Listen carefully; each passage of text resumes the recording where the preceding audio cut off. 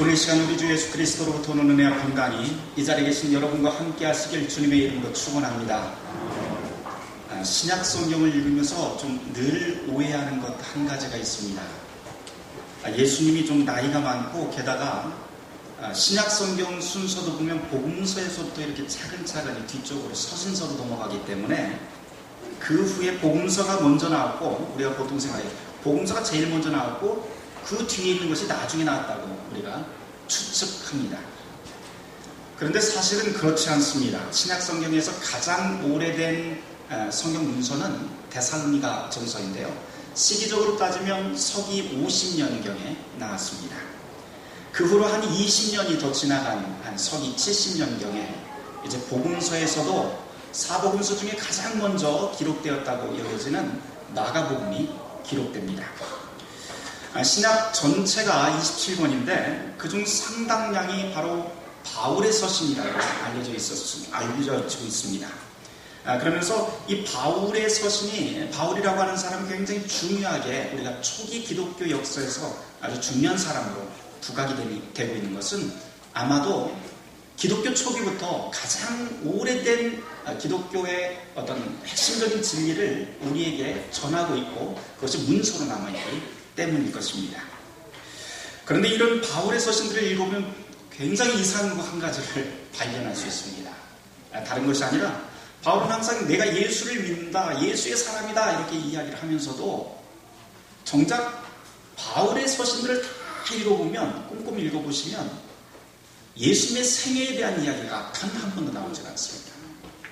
이상하리 많지 우리가 보통 생각하는 신비한 기적들, 병 고침이라든가 아니면 귀신을 쫓아낸 예수님의 이야기라든가 아니면은 하물며 산상설교나 예수님의 비유 이야기들, 선한 사마리아인 비유라든지 이런 것들이, 탕자의 비유 같은 것들이 나오는지도 한데 사도 바울은 단 한 번도 그것을 언급하지 않습니다. 대신에 사도 바울이 계속해서 끊임없이 고집하는 것 한 가지가 있는데요. 그것은 다름 아니라 하나님의 능력, 그 능력이 바로 예수 그리스도의 십자가에서 나타났다라고 하는 그것만을 계속해서 고집하는 것이 사도 바울의 그 서신서 전체를 흐르고 있는 하나의 중심적인 맥이라고 할 수 있습니다. 이것을 사도 바울은 십자가의 도다 이렇게 말합니다. 그렇다면 그런데 왜 그렇게 고집을 해야만 했을까요? 다른 것은 다 제쳐주고 그 신비한 이야기들 그런 것도 다 제쳐주고 왜 하나님의 능력인 이 십자가의 도만을 바울은 끝끝내 고집해야만 했을까요? 여기서 우리는 바울이 누구인지 그 삶의 배경을 좀 배워야 됩니다. 바울은 자신을 소개할 때 나는 유대인 중에 유대인이다 그러면서 자기의 그 혈통을 굉장히 자랑하던 사람입니다. 혈통만 유대인이 아니라 사실 그 사람이 자라온 배경을 보면 아주 최고의 교육을 받은 사람이죠. 유대교육의 산실이라고 불릴 수 있는 가마리엘 학파 출신입니다. 그런데 유대인의 그 혈통, 최고의 교육을 받았는데도 또 살았던 그 삶의 장소를 보면 유대 지방이라고 하는 그 작은 동네가 아니라 좀 범세계적인 지역에서 살았던 사람입니다. 로마 제국의 길리기아 다소 출신이 바로 이 바울입니다. 그래서 시민권으로 따지면 혈통은 유대인이지만 시민권은 로마 시민권을 갖고 있었기 때문에 당시에 이 바울을 함부로 대할 수가 없었던 한 가지 이유가 됩니다. 오늘날로 비교하자면 좀 이 정도 되지 않을까 싶어요. 한국 사람인데 명문대학 출신입니다. 아주 명문대학 출신이고, 그런데 출신은 어디에서 자랐냐면 미국에서 자랐습니다. 미국에서 자라서 영어, 한국에 능통합니다. 한국의 역사, 미국의 문화 다 모든 것이 능통합니다. 게다가 미국 시민권도 갖고 있습니다. 요즘 말로 말하면 엄친아 정도 될 것 같습니다. 그런데 이 말을 뒤집어 보면 이 바울이라고 하는 사람은 서로 다른 두 개의 문화, 서로 다른 두 개의 세계 속에서 갈등하며 살던 사람이라고 하는 뜻이 됩니다. 한쪽은 유대 문화, 그리고 다른 한쪽은 로마의 문화라고 할 수 있는데 이것을 우리가 보통 세계를 보는 눈 할 적에 세계관이라고 하는 말을 사용합니다. 바울은 지금 유대인의 세계관과 그리고 그 당시에 로마 시대를 지배하고 있었던 헬라 세계관이 둘이 충돌하면서 자기 안에서 계속해서 갈등하던 인물이 바로 이 바울이라고 할 수 있습니다. 근데 이렇게 갈등한 이유가 있어요. 왜냐하면 유대와 헬라라고 하는 이 세계, 이 문화는 전혀 반대되는 문화입니다. 유대인에게서도 중요한 것은 역사, 기적, 표징 이런 것입니다. 신비한 것 이런 것을 찾습니다. 왜냐하면 이런 신비한 것들을 통해서 하나님이 그 속에서 하나님을 발견할 수 있다고 유대인들은 계속해서 이야기해왔고 그리고 성경에서도 그것을 찾아왔습니다. 반면에 헬라인들은 그런 신비한 것 그런 거 별 관심이 없었습니다. 신비한 기적보다는 이 헬라인들에게 중요한 것은 진리란 무엇이냐, 지식이란 무엇이냐, 참 지혜란 무엇이냐 그러면서 지혜, 논리 이런 것들을 가치 있게 생각을 했죠. 그래서 그리스 문화권, 헬라 문화권에서는 철학적 지혜를 인생의 최고의 가치로 그렇게 여겼습니다. 바울은 지금 두 가지의 세계 한가운데 공존하면서 삽니다. 둘을 모두 경험했습니다. 두 가지의 세계 한가운데서 갈등하며 살다가 어느 날 예수를 만나게 됩니다. 예수를 만난 이후로 바울은 이 두 가지의 지배적인 세계관이 아닌 제3의 길을 선언하고 그 길로 가게 됩니다. 바로 제3의 길, 십자가의 도라고 하는 길입니다.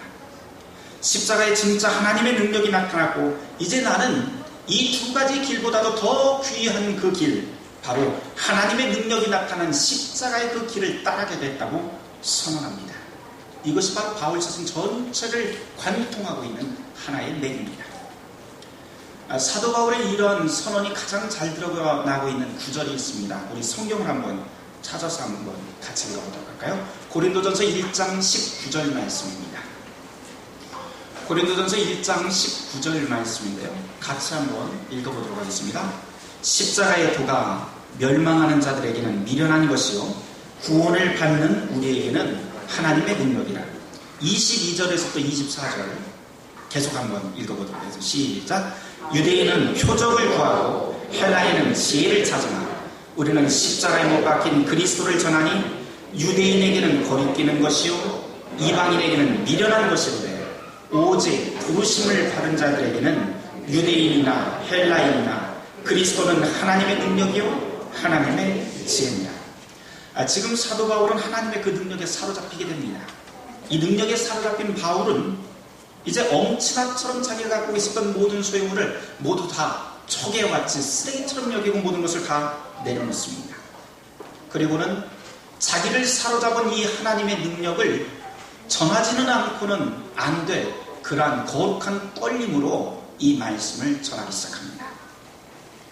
바울을 사로잡은 하나님의 능력, 십자가의 도, 이것을 한마디로 간추리면 이렇습니다. 한번 따라서 해볼까요? 예수가 그리스도시요 주님이십니다. 이것이 바로 사도 바울이 깨달은 겁니다. 예수가 유일한 나의 그리스도시요 유일한 주님입니다. 오늘 우리가 설교 본문으로 읽은 사도서 관문인 고린도후서 4장 5절을 여러분들이 펴보시면 거기에 제일 처음에 상반절에 이렇게 시작합니다. 우리는 우리를 전파하는 것이나 아니라 오직 그리스도 예수의 주 되신 것과 라고 하는 말로 시작됩니다. 오직 그리스도 예수의 주 되신 것, 이것을 전파한다. 이 구절을 풀어놓은 것이 바로 예수가 유일한 그리스도시요 주님입니다 라고 하는 문장으로 간추릴 수 있습니다. 21세기를 우리는 살아갑니다. 복잡하고 그리고 과학적으로 굉장히 발전한 사회 속에서 우리는 살아갑니다. 그렇게 많은 정보와 과학의 그 편리함 속에서 살아가다 보니까 우리가 성경을 읽을 적에 오늘 이 구절 아주 짧은 구절이지만 이것이 얼마나 위험한 구절인지 간과하기 쉽습니다. 그냥 지나칩니다. 통상 늘상 우리가 읽어왔고 보던 그런 너무나도 이 귀에 익숙한 구절이라고 생각합니다. 예수가 유일한 그리스도시요 주님이십니다. 그러나 바울이 살던 그 시대로 돌아가서 이 문장에 나와 있는 예수, 그리스도, 주님이라고 하는 이 세 가지를 다시 꼼꼼히 곱씹어 본다면 이 말 자체가 얼마나 위험한 일이고 그리고 어마무시한 일인지 우리는 알 수 있게 됩니다. 이것은 사실 생명을 건 소신 발언이라고 할 수 있습니다. 한번 볼까요? 예수, 그는 나사렛 촌동네 출신의 갈릴리라고 하는 찌질한 동네 출신입니다. 거기에서 살던 사람입니다. 그곳에서 성공에는, 우리가 말하는 사회적 성공에는 별 상관없는 사람들만 계속해서 만나게 됩니다. 그러면서 가난하고 병든 사람들, 귀신 들린 사람들, 그들과 같이 살던 인물이 바로 갈릴리의 예수입니다. 그런데 바울은 이 예수를 두고 그가 바로 그리스도시요 주님입니다 이렇게 선언합니다. 그리스도, 유대인의 언어로 지금 헬라어인 그리스도라고 하는 이 말을 유대인의 언어인 히브리어로 바꿔놓으면 메시아라고 하는 단어로 전환이 됩니다. 메시아, 그리스도, 기름 부음 받은 자라고 하는 뜻입니다. 기름 부음 받는 것, 누가 기름을 부음 받습니까? 두 종류의 사람이 왔습니다. 첫째는 대제사장이 기름을 부음 받고 그 다음에 왕에게 기름을 붓는 도유식에 행해지기 때문에 이스라엘 사람들은, 유대인들은 메시아 또는 그리스도라고 하는 이 말을 쓸 적에는 왕이나 대제사장, 아주 특별한 하나님의 선택을 받은 아주 특별한 사람에게만 이 단어를 씁니다. 그래서 예수가 그리스도시다라고 하는 그 말은 예수가 바로 진짜 왕이고 예수가 바로 대제사장이다라고 하는 뜻이 됩니다. 그런데 이것보다도 더 엄청난 말이 그 뒤에 따라붙습니다. 맨 끝머리에 바울은 지금 예수가 주님이시다라고 하는 말을 붙여놓습니다. 헬라어로 주님이라고 하는 말은 주인을 뜻하는 퀴리오스라고 하는 단어입니다. 일상적으로 우리가 주인이라고 말을 할 수 있어요. 그래서 당시 문화권에서 이 퀴리오스, 주님이라고 호칭을 누구에게 했냐면 집안에서는 집주인 또는 남편에게도 그렇게 이야기를 했고 또는 왕이나 고위 관료들에게 이야기할 적에도 호칭을 주님이라고 붙였습니다. 그래서 사실은 이거 별로 그리 특별한 호칭은 아닌 것 같습니다. 그런데 이 주님이라고 하는 이 헬라어 단어를 그 당시에 신앙이 깊은 유대인들에게 탁 던져놓으면 전혀 다른 이야기가 되어버립니다. 아주 범상치 않은 뜻을 갖게 됩니다. 헬라어 이 퀴리오스라고 되어 있는 이 주님을 유대인의 언어로 바꾸면 아도나이가 됩니다. 유대인들은 이 하나님의 이름을 부를 때 이 아도나이라고 하는 말을 사용을 했는데요. 출애굽기 3장에 보시면 우리가 잘 알다시피 80세 모세가 미디안 광에서 불타는 떨기나무 한가운데서 하나님의 음성을 듣고 그곳에 신발을 벗고 올라가게 됩니다. 그러면서 너무나도 이상해서 그 불 한가운데다, 음성이 들리는 불 한가운데다 뭐라고 이야기하냐면 당신의 이름을 알려달라고 이야기합니다. 그때 그 불 속에서 이러한 불타는 떨기나무 한가운데서 이러한 음성이 대답으로 나옵니다. 나는 스스로 있는 자다. 나는 스스로 있는 자라고 알려주시는데 이 말을 히브리어로 딱 바꿔놓으면, 모음을 다 빼버리고 바꿔놓으면 야훼 또는 여호와라고 하는 단어가 됩니다. 성경 전체에서 하나님께서 자기의 이름을 알려주시는 대목은 여기가 딱 유일합니다. 출애굽기 3장이에요. 근데 문제는 유대인들이 여호와 하나님의 이름을 함부로 사용하지 않았다는 데 있습니다. 우리도 마찬가지입니다. 야, 네 아버지 함자가 뭐냐 딱 물어보네. 김아무개요 이렇게 이야기하면 상놈이라고 말합니다. 왜 그래요? 자기 아버지의 이름은 정말 귀하고 존귀하기 때문에 이름을 무슨가에 누구누구 함자로 이렇게 끊어서 이야기하든지 하는 것이 우리의 통상적인 예의로 얘기를 합니다. 이렇듯이 유대인들도 존귀한 하나님의 이름, 지엄하신 그 하나님의 이름을 입 밖으로 꺼내놓을 적에는 그냥 그 이름 그대로 부르는 것이 아니라 성경에서 여호와라고 하는 이 단어가 나오면 특별한 경우를 제외하고는 아도나이, 주님 이렇게 바꿔 읽게 됩니다. 잘 생각해보면 그 당시에는 인쇄 활자가 없었습니다. 인쇄 활자가 없기 때문에 성경을 옮겨 적어야 됩니다. 이제 목을 갈아서 이렇게 옮겨 적어야 되는데요. 당시에 성경을 필사하면서 옮겨 적던 사람들 경우에는 이 단어가 나오면 다른 데는 다 막 쓰다가 이 단어가 나오면 어떡하냐면 목욕제개를 합니다. 그 다음에 귀를 씻습니다. 그리고 눈을 씻습니다. 그런 다음에 한 글자 한 글자 다시 쓰기 시작합니다. 이럴 정도로 이 유대인들에게 아도나이라고 하는 말, 야훼라고 하는 이 단어는 지엄하신 하나님, 두려운 하나님, 그리고 우리의 통치자인 그 하나님을 뜻하는 것을 받아들입니다. 다시 바울로 한번 돌아가 볼까요? 바울이 지금 뭐라고 하냐면 오직 예수님만 우리의 주님입니다. 이렇게 선언합니다. 다시 말해서 오직 갈릴리의 그분만이 하나님 자신이라고 하는 위험한 선언을 당당하게 합니다. 그것이 바로 오늘 고린도후서 4장 5절 말씀입니다. 제가 계속해서 이 발언은 위험하다고 이야기를 했어요. 위험하고 발칙한 공개선언이라고 하는 말을 했는데 별로 잘 안 다가오시죠?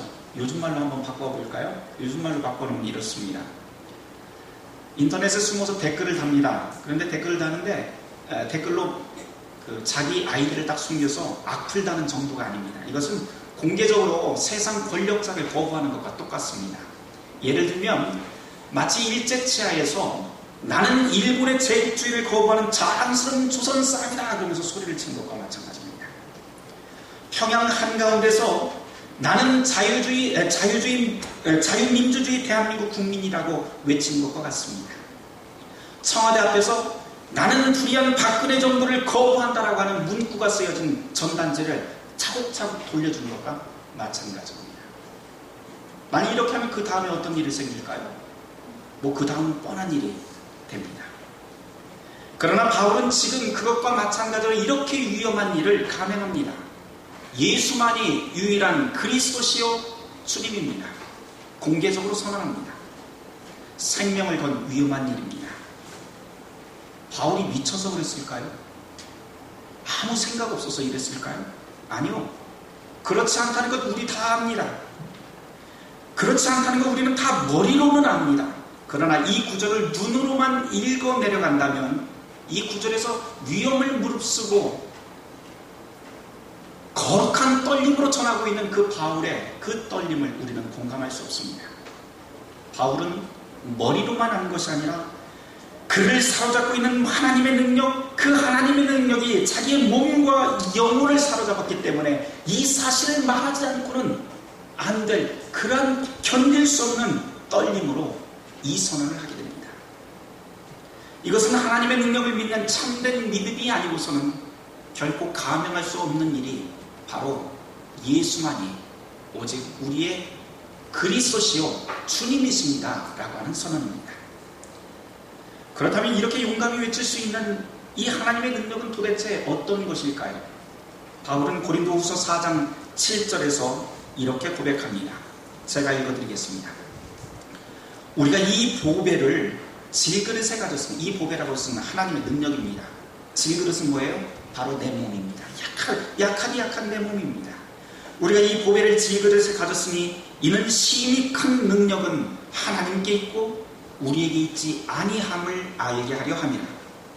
우리의 능력이 아니라 바로 나를 사로잡은 그 하나님의 능력이 내가 이렇게 말하지 않고는 견딜 수 없게 만들었습니다 라고 하는 뜻입니다. 8절 이하에서 말을 이어갑니다. 우리가 사방으로 우겨쌈을 당하여도 쌓이지 아니하며 답답한 일을 당하여도 낙심하지 아니하며 박해를 받아도 버림받지 아니하며 거꾸로 틀림을 당하여도 망하지 아니하고 항상 예수의 죽음을 몸에 짊어짐은 예수의 생명이 또 우리 몸에 나타나게 하려 함이라. 14절 말씀입니다. 주 예수를 살리신 이가 예수와 함께 우리도 다시 살리사 너희와 함께 그 앞에 서게 하실 줄을 아노라. 바울이 오직 예수만 우리의 그리스도시요 주님이라고 선언합니다. 미친 것이 아니라 진짜로 믿는 구석이 있다는 말입니다. 그것이 무엇입니까? 오늘 성경 말씀을 보면 아들을 죽음에서 살리신 그 하나님의 능력이 바로 자기 자신도 지금 붙들고 있다고 하는 그 선언입니다. 이것이 믿음입니다. 이 믿음은 필연코 우리에게 용기와 배짱을 만들어냅니다. 인간이 가장 두려워하는 그 죽음도 넘어설 수 있는 그 배짱과 용기를 우리에게 선물로 줍니다. 그 선물이 있으니 이제 더 이상 그 하나님의 능력을 전하지 않고서는 견딜 수 없는 그 기쁨에 사로잡히게 됩니다. 그래서 지금 그 기쁨으로, 그 떨림으로 고린도 교인들에게 이것을 전합니다. 유대인들이 기적이나 신비한 일을 보고 흥분하는 것, 헬라인들이 철학적 논리와 지혜의 환호를 보낸 것, 그거 필요 없다고 하는 말 아닙니다. 그것보다도 더 귀한 길이 있다. 제3의 길이 있다. 그것은 바로 죽음을 넘어서게 만드는 하나님의 능력이다라고 지금 바울은 전하고 있는 것입니다. 우리가 예수를 믿는다는 것 바로 이런 것 아닐까요? 오직 예수만이 우리의 왕이요 우리의 제사장이고 오직 그분만이 우리의 죽음을 생명으로 바꾸실 분입니다 라고 하는 것, 그것을 믿고 우리의 일상을 살아가는 것, 그것이 바로 신앙입니다. 바울은 이제 낙심하고 절망한 사람들, 환난 중에 있는 고린도 교인들에게 이렇게 위로의 말을 전합니다. 고린도후서 4장 16절 말씀입니다. 그러므로 우리가 낙심하지 아니하노니 우리의 겉사람은 낡아지나 우리의 속사람은 날로 새로워지도다. 우리가 잠시 받는 환난에 경한 것이 지극히 크고 영원한 영광에 중한 것을 우리에게 이루게 하니니 우리가 주목하는 것은 보이는 것이 아니요 보이지 않는 것이니 보이는 것은 잠깐이요 보이지 않는 것은 영원함이니라. 아멘. 끝으로 한 가지만 더 말씀드리고 마치려고 합니다. 여러분들 앞에 있는 꽃꽂이 한번 주목해 주시기 바라요. 앞에 있는 꽃꽂이 보시면 여러분들 눈치채셨을지는 모르겠지만 뭔가 매주일 아주 독특한 형태로 계속 바뀌고 있는 것을 여러분들이 아실 것입니다. 어제 제가 꽃꽂이를 하고 있는 김순자 권사님 계시길래 김순자 권사님한테 찾아갔어요. 그래서 권사님께 이렇게 여쭈었습니다. 권사님, 제 생각에 매주일 꽃꽂이에 특별한 의미가 있는 것 같은데 이번 주일은 무슨 의미입니까? 그랬더니 수줍어 하시면서 이렇게 말씀을 하시더라고요. 제가 꽃꽂이를 예쁘게 장식을 못해요. 그러면서 말씀하시고 그 다음에 하시는 말씀이 이렇습니다. 매주일 월요일부터 일주일간 토요일이 오기까지 그 다음 주에 오는 주일의 성경 본문을 쭉 묵상을 하신대요. 교회력 본문을 전체를 다 묵상을 하신 다음에 그 묵상을 하면서 꽃꽂이를 준비하고 기도를 준비하는데 이번 주일 사도서관 본문이 바로 본문 맨 마지막 구절이 뭐냐면 겉사람은 나이가 지나 우리의 속사람은 매일 새로워지도다 라고 하는 그 말씀이 가슴속에 딱 새겨지더래요. 그래서 이렇게 만들었다고 합니다. 이렇게 말씀하시고는 소녀처럼 입을 딱 가리고 그러고 웃으세요. 그래서 가만히 보니까 여러분들 보시다시피 꽃이 두 단으로 이렇게 되어 있습니다. 두 단으로 되어 있는데 위에 보면 전철이라면서 긴 잎사귀들이 있고 그 밑에 보면 속에 옹기종기 장미꽃들이 아직 피지 않은 것들도 있고 그 몽무리진 것들이 옹기종기 잘 모여 있습니다. 아마 이 속에 있는 이 장면은 그 속사람을 뜻하는 것이겠죠. 아마 일주일 동안 이 꽃꽂이는 일주일 동안 이 자리에 계속 있을 것입니다. 사람이 찾아오지 않는 이 예배당 안에서 혼자 묵묵히 이 자리를 지키게 될 것입니다.